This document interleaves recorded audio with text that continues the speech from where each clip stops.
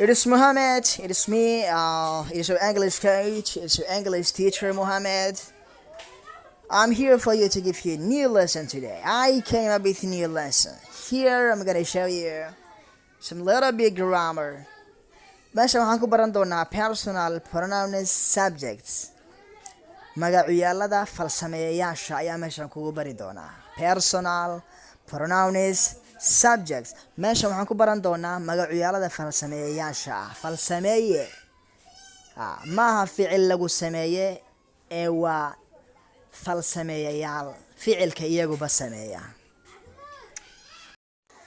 I aniga, we inaga, you adiga ama idinka, they iyaga, he isaga, she iyada, iyo it oo xayawaanka loo isticmaalo.